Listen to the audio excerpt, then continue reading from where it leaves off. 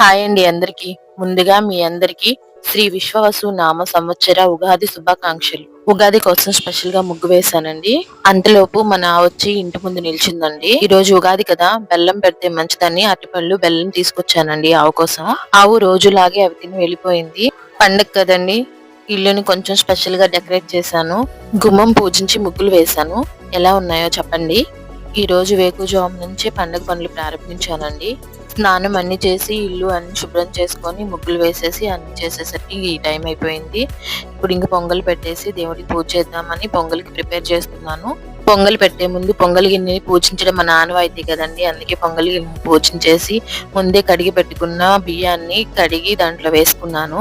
ఉగాది అంటే మనకి ఒక కొత్త సంవత్సరం అండి. ఈ నూతన సంవత్సరం రోజు మనం ఎటువంటి టెన్షన్స్ లేకుండా ఈ రోజు మనకున్న బాధలు సమస్యలు అలాంటివి ఏమన్నా ఉంటే మొత్తం పక్కన పెట్టి ఈ రోజు హ్యాపీగా ఉండాలండి. ఈ రోజు హ్యాపీగా ఉంటే ఈ సంవత్సరం మొత్తం అలాగే సంతోషంగా గడిచిపోతుంది. దేవుడు అంటే ఒక నమ్మకం అండి, అదే మన బలం. ఆ నమ్మకమే మనకి ధైర్యాన్ని ఇస్తుంది. పొయ్యిని పూజించడం అయితే అన్ని అయిపోయాయండి. ఇంక పొంగలి పొయ్యి మీద పెట్టేశాను. పొంగలి పొంగేలోపు దేవుడి పటాలన్నీ క్లీన్ చేసి అక్కడున్న వస్తువులన్నీ శుభ్రంగా తోమి నీట్ గా చేసేసానండి.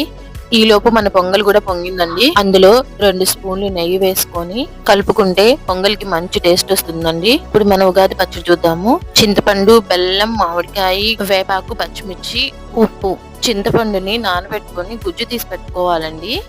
ఆ గుజ్జులో ఇవన్నీ తరుక్కొని మామిడికాయ, పచ్చిమిర్చి, ఉప్పు, వేపపూత, బెల్లం తురుము అన్ని వేసుకొని బాగా కలుపుకోవాలి. ఇంతేనండి, మన షడ్రుచుల ఉగాది పచ్చడి తయారైపోయింది. ప్రసాదాలు తయారయ్యాయి కదండి, నేను పూజ కూడా స్టార్ట్ చేసుకున్నాను. పూజ అయితే నేను ఈ విధంగా అయితే చేసుకున్నానండి. మొన్న చూసారు కదా 5 స్టెప్పుల దీపం, 5 ముఖాలు ఉండేది.